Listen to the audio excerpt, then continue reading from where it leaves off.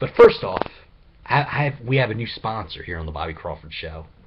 It's the Jonathan Barfield Buffet Company, fleecing the taxpayers of New Hanover County since 2008. That's right, folks. Check this out. WECT, this is from February the 19th, says, earlier this month, New Hanover County Commissioners voted down a proposal to include themselves in the county's new travel policy.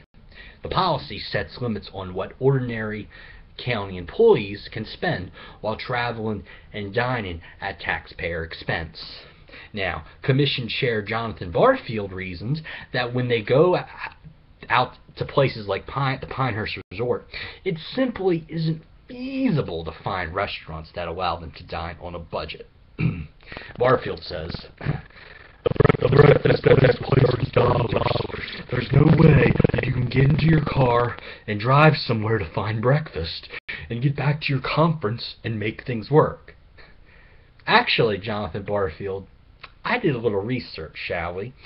And on Google Maps, and the research said that there's a Lowe's food supermarket 1.1 miles away from the Pinehurst Resort, or a 3-minute drive. And guess what? If it's a nice day, you know what? Probably a 10 to 15 minute walk, maybe. So I mean, this thing about spending taxpayer dollars, $30 for breakfast, unbelievable.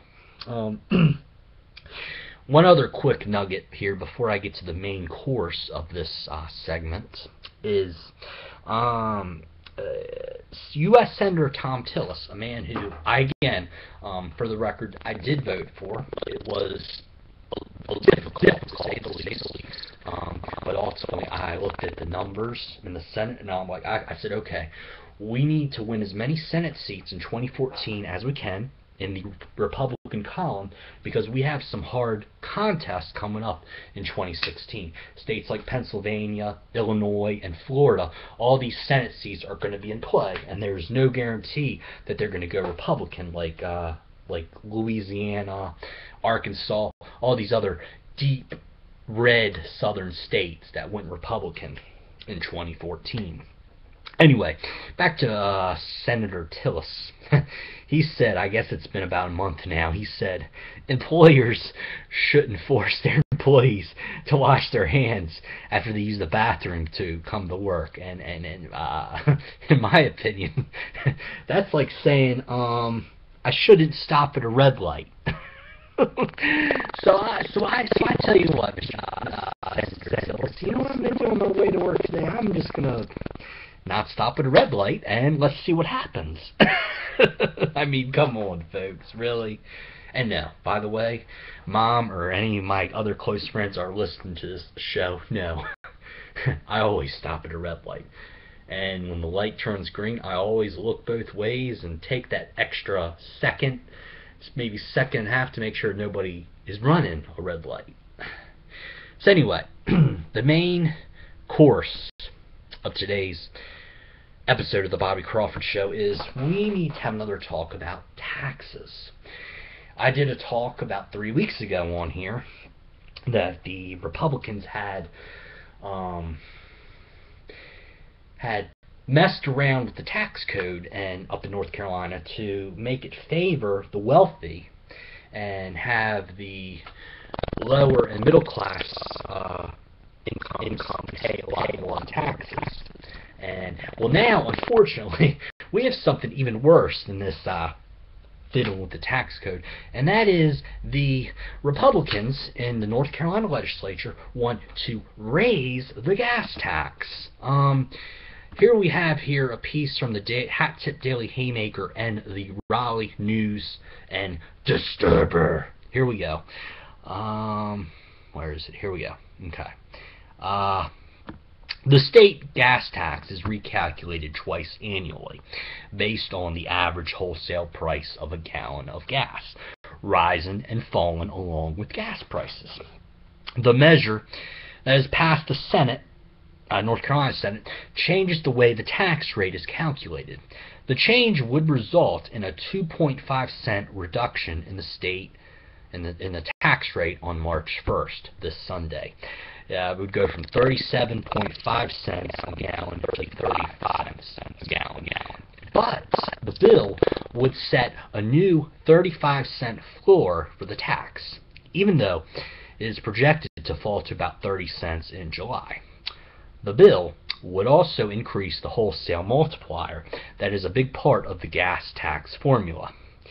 The Office of State Management and Budget says the changes will bring in an additional $250 million per year.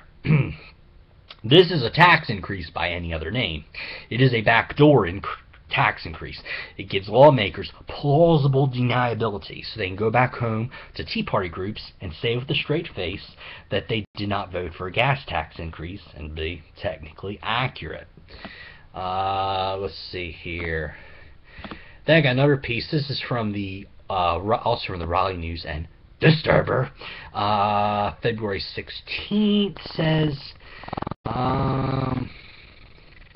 Road Warrior.com doing the math on a big NC gas tax increase.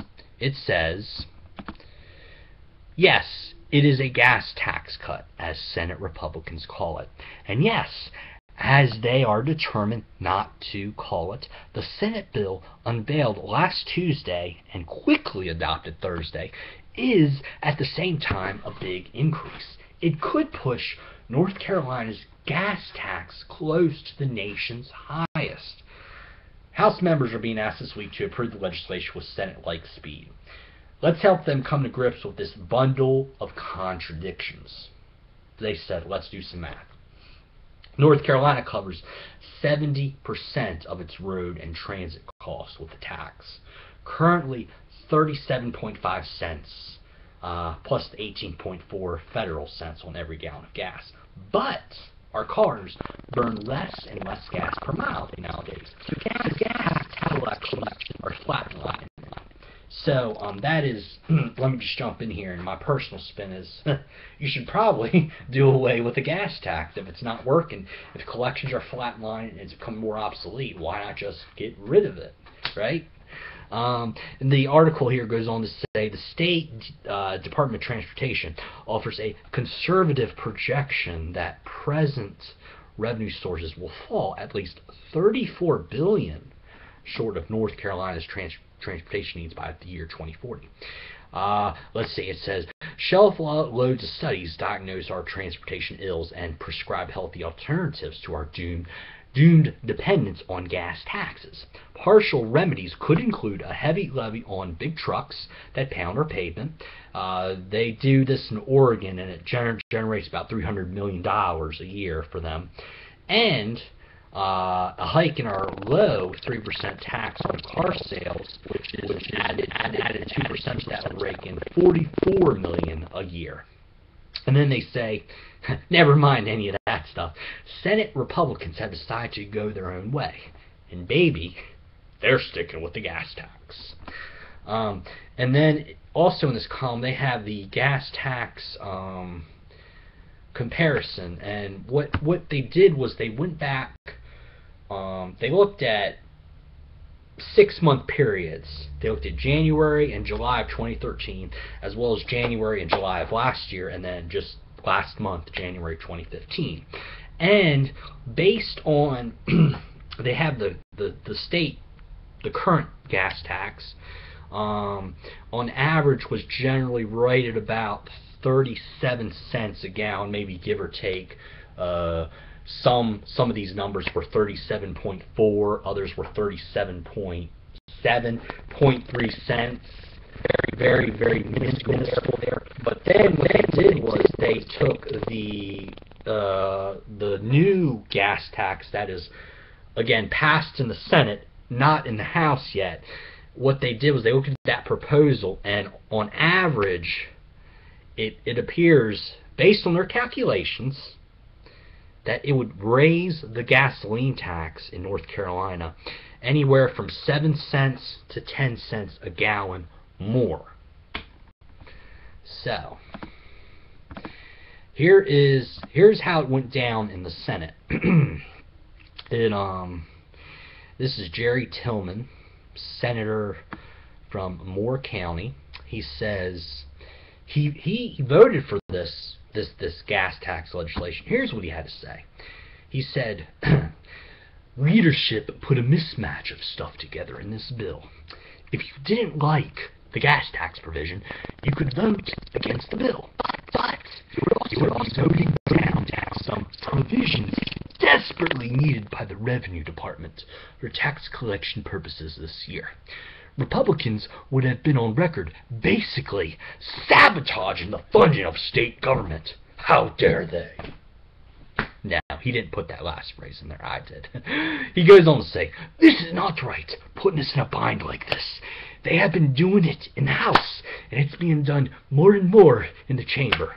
Okay. And then we look at the vote here, and guess what? Every single Republican, except one, I'll get to her in a second, voted for this gas tax increase. They all went up there, and they all believe in groupthink and follow the leader, and for some darn reason, they cannot think for themselves. Unbelievable. Let's see. Now, the one senator, Tamara Beringer from Wake County, voted no. It was like the gas tax. And we actually, there were, the vote total was 35 for the gas tax increase, 15 voted no. And guess what? You had 14 Democrats say no, and 1 Republican. So, all of a sudden you have more Democrats who support, who oppose raising taxes than you do Republicans. A very, very bad thing. And guess what? Out of the the 16 Democrats that were there, only 2 of them voted for that. Very, very disturbing indeed. Then I have a newsletter here from my now former senator, Mike Lee, who's now my former, because I live in Florida now, not in Wilmington, but he, of all the people up there who I would expect to vote against this, he was one of them who I thought would stand up to his own party. Because remember, last summer he stood up to the Republican Party when they were dismantling the film incentives and the film industry down in Wilmington. And he said, no, don't do this. Well, guess what? On this particular issue, Mike Lee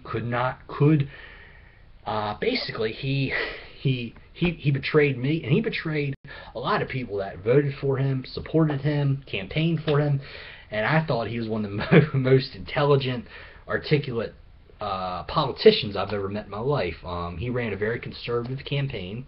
He really campaigned hard on charter schools, and he also used a lot of buzzwords to get independent voters to vote for him, and also maybe a few Democrats. He used words like, hey, I'm an independent, I'm a moderate, but in this particular instance, Mike Lee decided to throw that all away. And it's really a darn shame. So here's what he had to say. I wanted to take most of this newsletter to explain the reason behind why I voted yes to the passage of this bill. This bill cuts our state gas tax initially from 37.5 cents to 35 cents. The Senate has effectively frozen the gas tax floor at 35 cents. It is also true that this tax was scheduled to go down as low as 30 cents per gallon. Some say this number can go up in the future, and that is true as well. No one likes to pay for it, but during my campaign, oh boy, here we go, I made a promise to advocate for sensible infrastructure policy solutions that provide stability as we move towards the future and help improve and maintain our state's infrastructure. For example, if this bill were not passed, New Hanover County would stand to lose millions in road resurfacing and pavement preservations. The horror! As a new member to the NC Senate, I could not stand idly by and allow New Hanover County to lose important infrastructure funds. My promises made to you and my devotion to seeing New Hanover County benefit from the policies in Raleigh is why I voted for this bill. And my wife Heidi, she told me that too. I make a joke there. Mike, can I call you Mike? Wilmington, for years and years, has not been getting their fair share of infrastructure money, okay? You have a 45-year-old drawbridge that gets, what, 100,000, 200,000 cars a day. It's only going to get worse as Leland and Brunswick County grows. That's falling apart. The bridge should have been replaced 20 years ago, but it doesn't matter what party controls the state legislature, whether it be Republicans or Democrats. Wilmington never gets their fair share in funds. And then you have these, if you ever go up to the Wilson, Rocky Mountain, Williamston area up in the eastern part of North Carolina, you have all these desolate 4-lane highways that were upgraded in the right around the year 2000. That has hardly any traffic, and yet when you go down to Wilmington, the roads are always packed. Isn't that something? Okay, so now we have, if that is not enough to get your blood boiling, this is really going to make you hit the roof. Here we go. This is from the Daily Haymaker from February 25th. The title is "An Orgy of Taxing and Spending Breaks Out Amid the Conservative Revolution." It says the Republican-controlled state Senate says we don't have enough money to do all of this oh-so-necessary road construction. So they think we need to pay more in gas taxes. Then he says it gets better over in the House chamber. You have HB 117, the North Carolina Competes Act, gives the governor, ready for this number, $45 million in corporate welfare to dangle in front of economic development prospects. Again, taxes will be raised on all of us because there is allegedly not enough money to fix the roads and bridges. And also there is, he says, the House seems favorable to float a $1 billion bond issue for road construction. And voting on a bond issue means you are letting the government know whether, one, whether you want to take on more debt, or two, you want to shell out more of your money to pay off said debt. And eventually what's going to happen is, with a bond, the money, the bond is going to come due, it's going to come payable, and you know who they're going to have to get the money from? Yes, you, me, Joe, and June that live on the corner, and all the hard-working taxpayers out there. Everybody that works for a living, guess what? You're going to have to pay a little more because Governor McCrory and his buddies decided to float a $1 billion bond referendum for roads. And not all of it's roads. There's a lot of pork involved, bike trails, landscaping, and all this. Also, the Daily Haymaker, they also go into that administrative salaries have gone up a lot in the McCrory administration. I think I read a report that one staffer has, since 2012, had gotten a 31% raise in 3 years. Imagine that. Boy, I tell you, if I don't you just wish that those of us that work in the private sector, we could get a 10% raise every year. Wouldn't that be sweet? I tell you what. But guess what? I have a piece I want to share with you all that is actually very, very good. It's done by Becky Gray of the John Locke Foundation. She was on the program NC Spin last Sunday, February 22nd. She said something really, really great. And quite frankly, I think she should run for office. Here we go. Check out this cut. We ought to be looking at other options. A lot of the highway money that is brought in is used for non-highway use. If we quit diverting that money, there's a transfer out of the Highway Trust Fund as well to the general fund. We have $200 million a year. You know, let's put all of the highway money towards building and maintaining highways. Let's start there rather than coming out of the box with a tax increase. Well, to that point, Chris.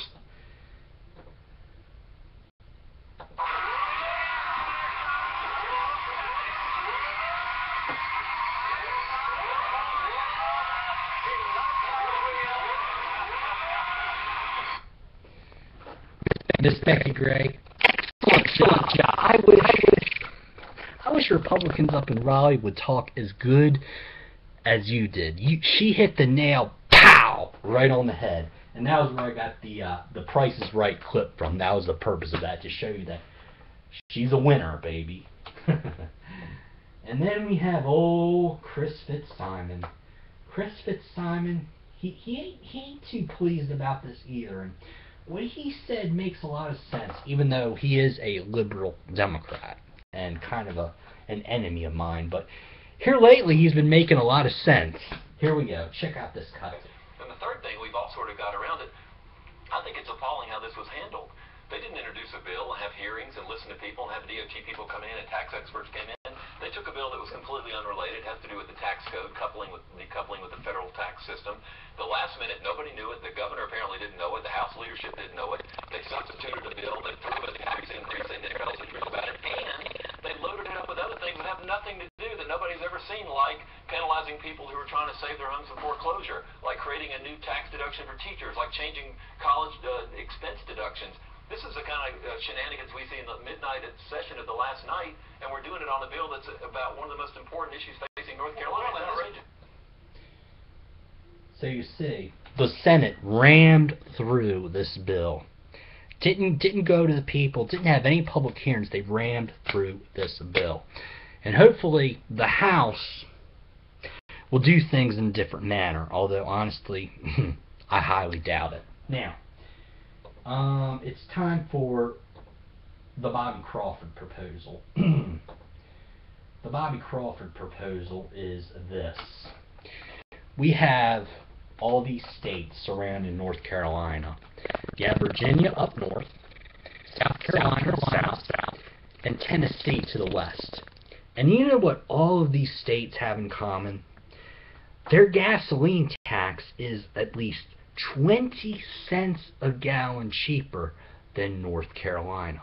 So here's my proposal. You cut the gas tax, okay? I'm not sure. I'll have to look at the revenue projections, but you could either cut it from 37 cents down to what the South Carolina rate is, which is 18 cents. You do it all at once, or you could spread it out over, say, 2 to 3 cents a year for 7-8 years. But this is why I believe my proposal would work.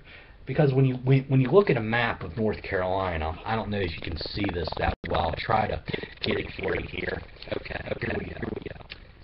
This right up here is, hopefully you can see it. Okay, right there. Right here is, okay. You see this thing up, there we go. This is the Hampton Roads metro area in Virginia. Remember, we said Virginia has, what, a 20 cents gallon cheaper gas tax? Well, here you have Elizabeth City, just south of there. And a lot of people live in North Carolina, but they work in Hampton Roads area. They commute back and forth.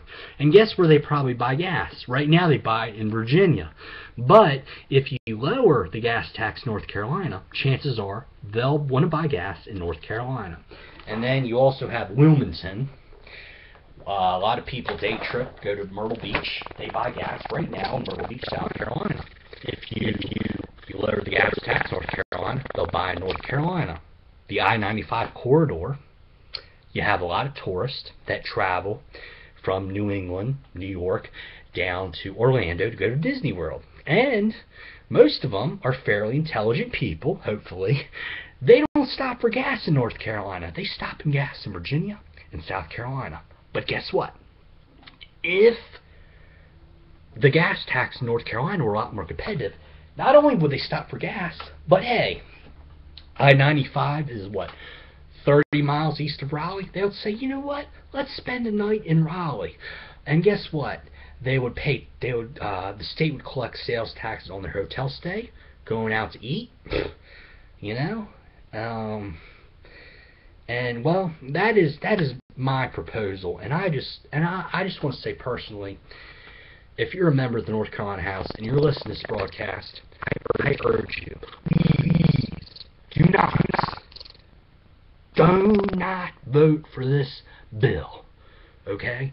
If you want to be primaried next year, or worse yet, if you want the Democrats to come back into power in 2016 in the state of North Carolina, then go ahead and vote for this gas tax bill. But please, a lot of us, myself, even though I live in Florida now, I still want to fight to make North Carolina more like Florida, more like Texas, more like South Carolina. All these other states that already have lower taxes, and the Republicans seem to get it in these states. But unfortunately in Raleigh, for some reason, they just do not. Okay. Very long segment.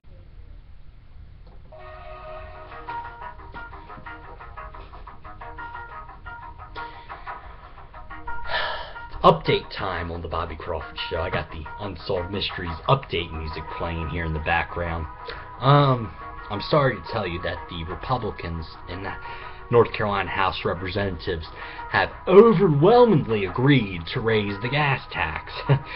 More Democrats, 30 of them, voted no, while only 15 Republicans voted against the gas tax. Here we are. Here's the honor roll of the good Republicans who voted against the gas tax. We have Representatives Blust, Burr, Cleveland, George Cleveland, I should say, Collins, Ford, Holloway, Howard, Jones, Jordan, Representative Chris Millis of Pender County, a wonderful patriot, Representative Pendleton, Representative Larry Pittman, solid man is Larry Pittman, Representative Setzer, Michael Speciale, and finally Representative Warren. Now, the vote was 70 to 47 overall, 70 votes for, 47 against. One person not voting, and 2 excused absences. Now, the Republicans that voted for it, I'm not going to read all their names, but one of them you need to know about is a guy who is shown his true colors. He's a man who has, since he got elected to the county commission originally in 2010, has walked around Wilmington saying he's this huge principled conservative, but on this vote, I caught you, Rick. That's Rick Catlin, by the way. I caught you, Rick Catlin. You voted for this man. Why would you do that? Okay? Rick Catlin, by the way, said in a forum last year against Democrat Betsy Jordan, he said, I have to pay employees that I hire from my engineering firm out of state because on average 10 to 15% more than a lot of other states, because unlike Florida and Texas, North Carolina has an income tax and Florida and Texas don't. Yet, Mr. Catlin, why then would you vote for a bill that would raise your personnel cost? Okay, why on earth would you do something like that? You know, I wish you could be more like Chris Millis, who clearly is a decent and excellent, I should say, patriot. And we're going to talk about him a little bit later on in this broadcast. What else do I have here? Oh, yes. Speaker Tim Moore of the North Carolina House has Molly Young is his director of communications, and she is trying to put some talking points together so that when Representative Tim Moore speaks at this year's Republican Party convention, they can try to sell the this gas tax increase. I mean, really, 10 more? Come on, man. You know, I mean, folks, fellow conservatives, these Republicans, they think you're so stupid, okay? But I'm trying to educate you as well as the Daily Haymaker's trying to educate you, and a few other members of the media are trying to give you a solid education. But let's see, Miss Young here has it says the House is working with the Senate to stabilize important infrastructure funding and keep our roads and bridges safe. Wow. Isn't that nice? No, nice. And then we have, oh boy, the Daily Haymaker. Jones Street Mafia targeting Civitas, Locke, and us. Oh my, I'm so scared. Okay, it says here that the, I quote here, leadership is absolutely seething over the leaks. They really want to know who was talking to you guys. There's a pretty intense leak hunt going on. And then it says the Civitas and the John Locke Foundation. And by the way, I want to salute Civitas. I like John Locke Foundation too, don't get me wrong. But the Civitas Institute has finally decided to stop covering Governor McCrory's butt, okay, in this. They finally have called him out. And believe me, a lot of these rhinos on Jones Street, they don't like that too much. It says that the Civitas and the John Locke Foundation says they've pretty much been told to stand down and back off. That's been followed up with some not so subtle threats that pressure will be applied on donors to Locke and Civitas to strongly consider putting their money elsewhere. And then it says, you guys have really ruffled some feathers around here. They're looking for ways to put the squeeze on you. Keep your eyes open. Uh-oh. Did we upset somebody? I'm so sorry. Okay. Now I want to get to Representative Chris Millis, a guy who, you know, I've talked about Senator Michael Lee before. He's a guy who walks around with his well-behaved kids and his beautiful wife and says, oh, look at me, I'm Mr. Family Man, all smiley, and Mr. Principled Conservative. But then I go up to Raleigh and I vote yes to increase the gas tax. Well, Chris Millis has got well-behaved kids, a beautiful wife, and unlike Senator Michael Lee, he's actually solid as a rock conservative, okay? Here's what he has to say. He says, this race to stop the gas tax from falling by the General Assembly, House and Senate, is focused solely in preventing a reduction of transportation-related infrastructure monies, estimated at around $300 million. As an aside, I highly question the revenue estimate after a series of questions I posed in committee that reveal that the proponents of this bill are examining the potential reduction in revenues from a drop in the gas tax by only considering one side of the coin. Now, listen to this. This is going to really make a lot of you happy. He says, one side of the coin, a lowering of revenues associated with reduction in the tax without considering increased purchases at the pump with the gas tax more in line with our neighbors.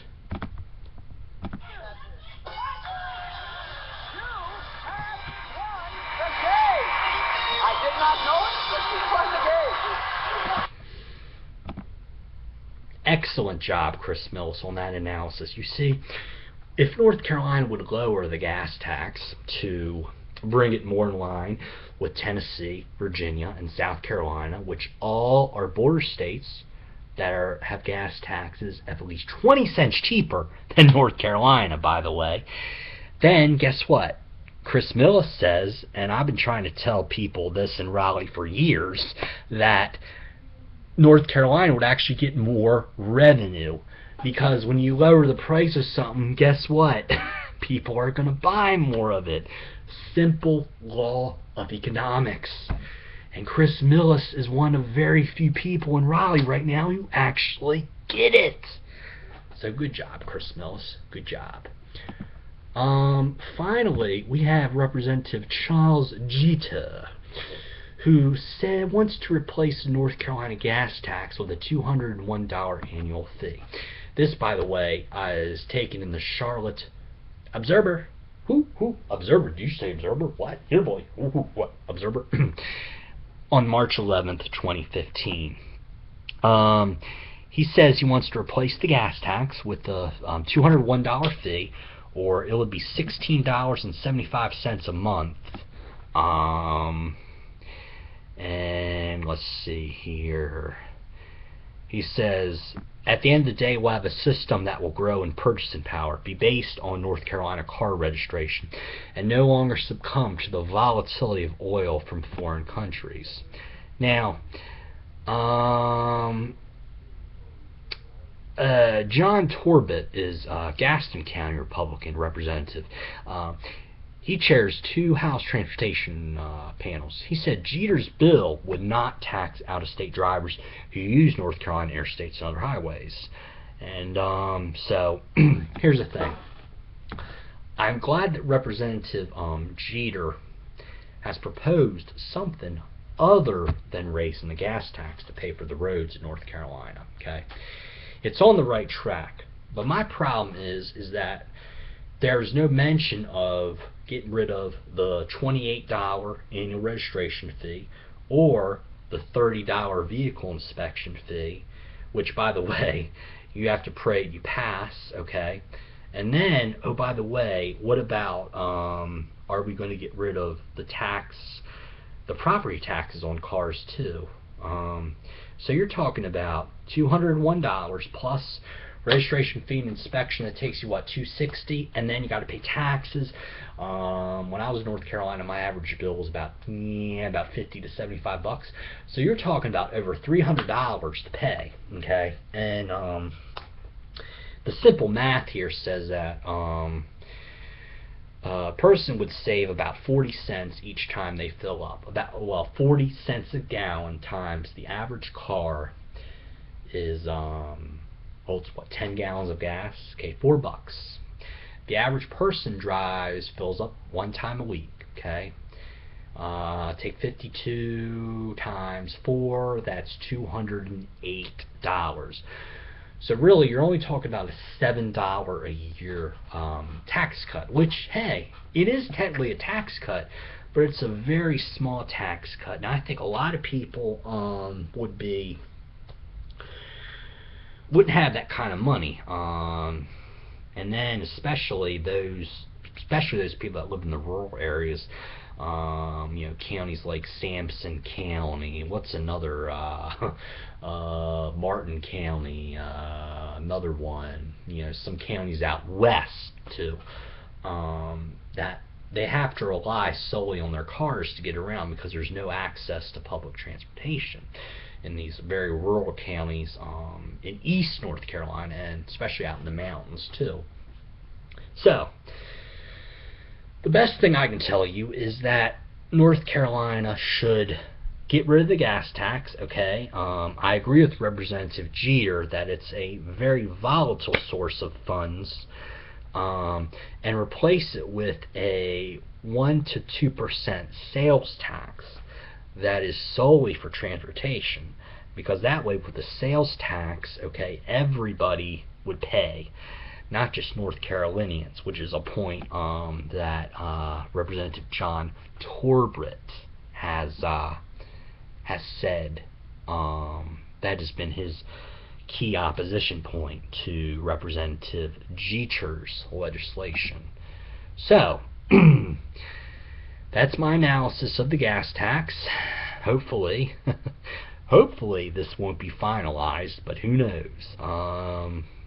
Anyway, I have to tell you that you've been listening to The Bobby Crawford Show. Boo.